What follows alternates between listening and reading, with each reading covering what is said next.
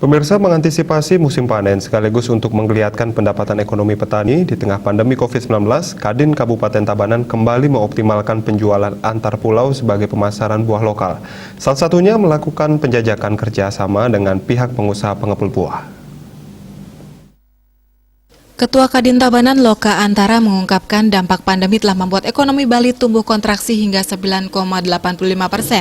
Secara tahunan seiring ketergantungan cukup besar kepada sektor pariwisata dan akibat ditutupnya sumber pekerjaan selama ini. Bercermin dari kondisi tersebut, satu-satunya yang bisa dilakukan oleh Bali dalam upaya menumbuhkan geliat ekonomi adalah mengupayakan sektor di luar pariwisata. Misalnya pertanian lokal didorong dipasarkan untuk menembus antar pulau atau ekspor. Kadin Tabanan sudah mengupayakan hal tersebut guna menggeliatkan ekonomi Tabanan sebagai salah satu sentra penghasil produk pertanian. Saat ini sudah dilakukan pengiriman antar pulau untuk komoditas durian yang sedang memasuki musim panen. Nanti akan disusul pemasaran antar pulau untuk komoditas manggis, khususnya manggis yang di luar kualitas ekspor pada musim panen mendatang. Kadin Tabanan menjembatani dengan menunjuk pengepul untuk menyiapkan sekaligus pengiriman.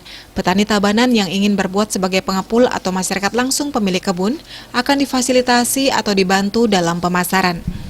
Produksi buah ini dikumpulkan sehingga produk yang dipasarkan antar pulau dalam jumlah besar dan kontinu untuk memenuhi kebutuhan pasar. Menurutnya untuk pasar antar pulau harga durian diterima di pengepul di kisaran harga Rp14.000 hingga Rp30.000 per biji tergantung kualitas, jenis, dan ukuran. Diharapkan pemasaran antar pulau ini akan mendongkrak harga jual produk pertanian khususnya buah pada musim panen. Sementara itu, Wayan Artika, Direktur PT Bagus Segar Utama, usaha yang bergerak di ekspor manggis di Desa Sanda, Kecamatan Pupuan, menyatakan tahun ini produksi manggis di Bali berpotensi berada dalam kondisi panen raya. Prediksinya panen manggis terjadi pada Oktober hingga November nanti dengan potensi produksi manggis mencapai ratusan ton per hari.